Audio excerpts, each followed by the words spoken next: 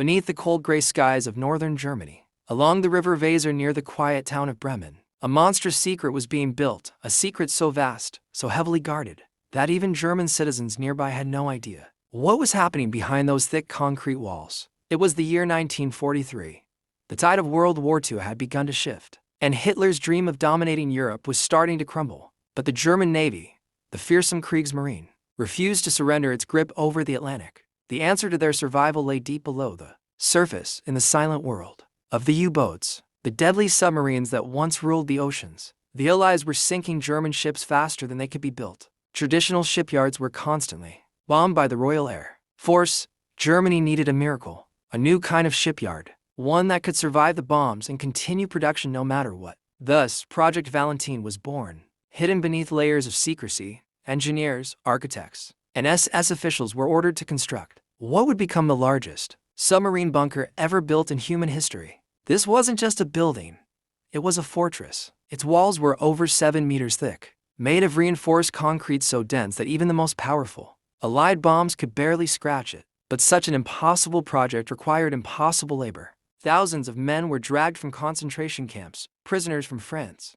the Soviet Union, Poland, and beyond. They were treated not as workers, but as tools, nameless, voiceless, and easily replaceable. Every day, these men worked 12 to 16 hours without rest, carrying tons of concrete and steel on their backs. The sound of hammering never stopped, not even at night. Those who collapsed were beaten. Those who resisted were executed on the spot. Eyewitnesses later recalled that the air inside the bunker was thick with dust and despair. It was a tomb being built by the living. And yet, despite the horror, the Valentine project advanced at an unbelievable pace. Within months, gigantic cranes towered over the river. Long tunnels stretched deep underground, ready to house submarines the size of buildings. The Germans planned to assemble and launch one submarine every week, each one capable of striking across the Atlantic and crippling Allied supply lines. Imagine it, the Allies would have never stood a chance. If this bunker became operational, hundreds of stealth submarines could have sailed undetected, bringing Britain to its knees.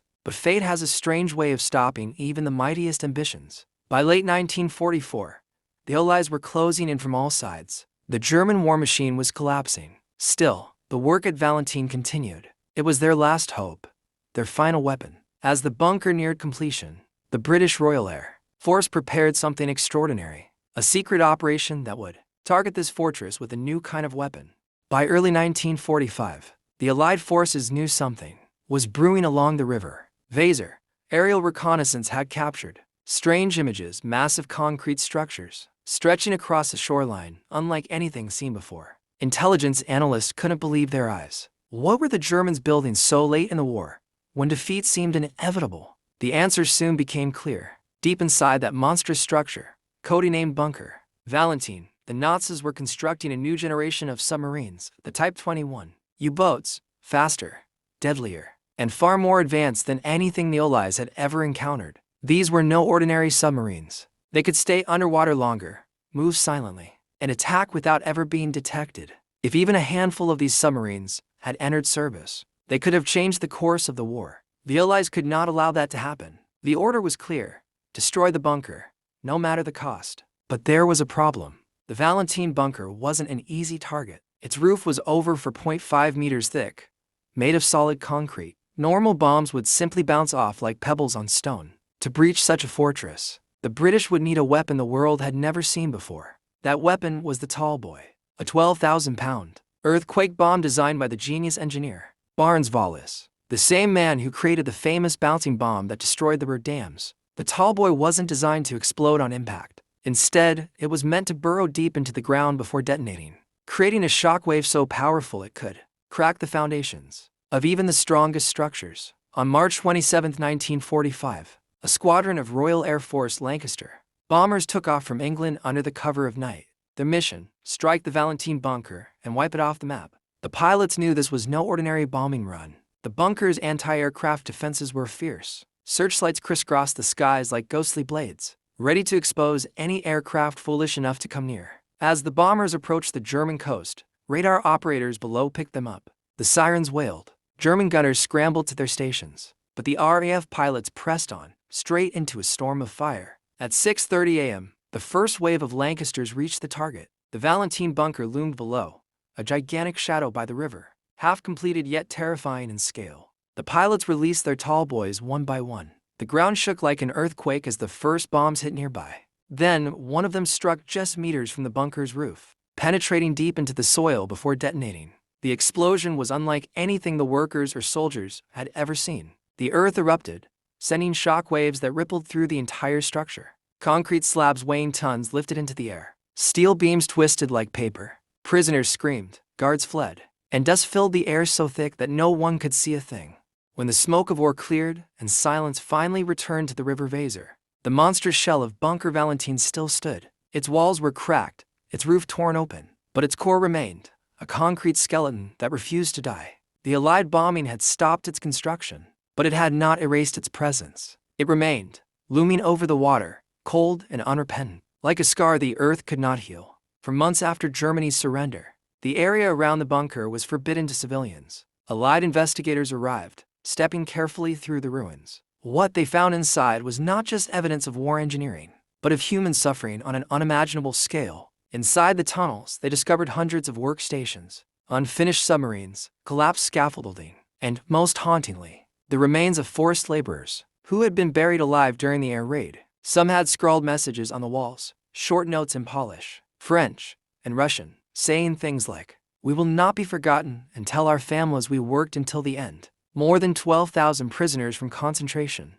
camps had been brought here to construct the bunker. They worked in freezing temperatures, under brutal guards, with little food and no rest. The air was thick with dust, and many died from exhaustion or suffocation. Every day, trains brought in new workers to replace those who had perished. It was a production line of death, one that remained hidden until the war's end. When the Allies uncovered these details, they were horrified. But as Europe began to rebuild, the world wanted to move on, and the bunker slowly faded from memory. For decades, it sat abandoned. Moss grew over its walls. Trees began to reclaim the land. Birds nested in the broken roof, and the sound of the river slowly filled the silence where once machines had roared. Yet, for those who lived nearby, the bunker was never truly silent. Fishermen claimed that on foggy mornings, they could hear faint hammering sounds coming from inside, like workers still building in the dark. Others swore they heard voices, distant cries echoing through the concrete halls. Some believed it was just the wind, but many locals refused to go near it after sunset. In the 1960s,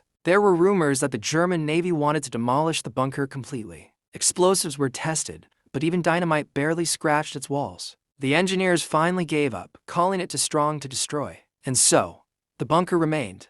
Not alive, but not dead either. Over the years, it became a strange kind of memorial. Historians and survivors began visiting the site, leaving flowers and candles in the places where men had once toiled and died. In the early 2000s, a project began to transform the bunker into a museum and memorial, to ensure that its dark past would never be forgotten. Inside, they preserved the tools, helmets, and rusted parts of submarines still left behind. When Allied investigators explored the lower chambers of Bunker Valentine, they expected to find unfinished submarines, steel frames, and rubble from bombings. But what they uncovered went far beyond ordinary construction. Beneath the dust and darkness, they stumbled upon sealed rooms filled with strange machinery, technical drawings, and documents stamped with one chilling phrase: Geheim Reichssicht, top secret of the Reich. The files described advanced propulsion systems, pressure-resistant hulls, and designs that were decades ahead of their time. Some blueprints even hinted at a new kind of submarine, one that could remain underwater indefinitely, powered by experimental engines that didn't rely on surface oxygen. It was as if the Nazis had been working on a prototype that could have changed the entire course of naval warfare. But there was more. In a hidden compartment deep below the main hull, Allied officers discovered equipment unlike anything they had ever seen. Strange metallic cylinders connected with thick copper wires, glass containers filled with a glowing blue liquid, and an array of broken lenses and control panels. The engineers who examined them couldn't explain their purpose. Some believed it was an early attempt at magneto-hydrodynamic propulsion, technology that wouldn't be publicly tested until the 1960s. Others suggested it was part of a secret program code named Wunderwaffe, or Wonder Weapon, a Nazi initiative to create futuristic machines capable of turning the tide of war. As investigators pieced together the fragments, a pattern began to emerge. Bunker Valentine wasn't just a submarine factory.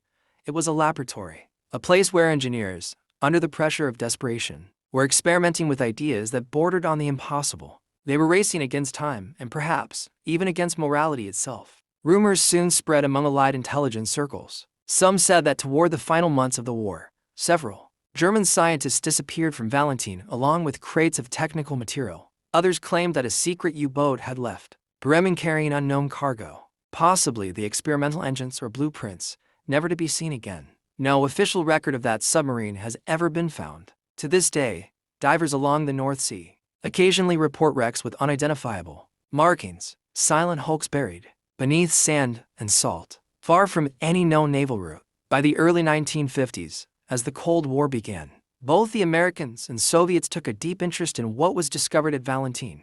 Engineers from both sides quietly visited the site, taking measurements and samples. Some even believed that Valentine's blueprints inspired early submarine technology during the 1960s, including improvements in stealth, hull design, and deep water endurance. Officially, these connections were never acknowledged, but the timing was too perfect to be coincidence. In the silent darkness beneath the Atlantic, the German U-boat U-557 drifted like a wounded predator. Inside, the smell of oil and fear mixed thick in the air. Every creak of metal felt like a death sentence. For days, depth charges had rained from British destroyers, their explosions hammering the ocean like thunder from hell. The crew hadn't slept. They barely breathed. Only the rhythmic hum of the diesel engines reminded them they were still alive. The commander, Captain Leutnant Schreiber, stared through the periscope. Above him, a convoy moved steadily across the gray water. British cargo ships, carrying weapons, fuel, and hope. He knew the risk. Allied sonar had evolved.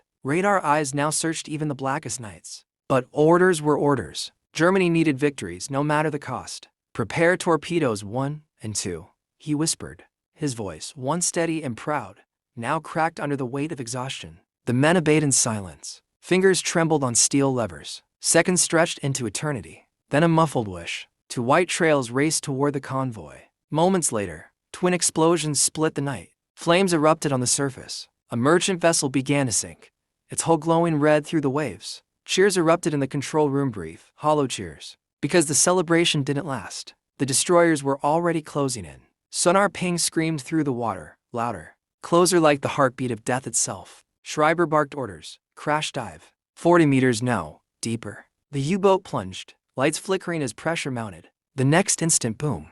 A depth charge detonated nearby, rattling bolts loose from the ceiling. One sailor was thrown against the wall. Another shouted, "We've lost power to the aft batteries." The captain steadied himself. "Stay calm," he growled. "They can't kill what they can't find." But deep down, he wasn't sure anymore. Hours passed. The crew sat in silence, every man listening to the creaks of the metal shell around them. Somewhere above, the ocean raged. Somewhere below, the abyss waited to claim them. Schreiber stared at a small photo pinned beside the navigation table, a picture of his wife and child. He hadn't seen them in 2 years. He wondered if he ever would again. Then came something unexpected. Through the hydrophone faint at first came a new sound. Not the relentless hum of destroyers, but silence. The enemy was gone. The sea had gone still. Against all odds, they had survived. Schreiber exhaled slowly, his face half lit by the dim red light of the control room. "Surface," he ordered softly. The men obeyed. As the submarine broke through the waves, dawn greeted them, a pale sun rising over an empty horizon. For a brief moment, it felt like peace. But above the horizon, distant black dots appeared, aircraft. Allied patrol planes. The war had found them again.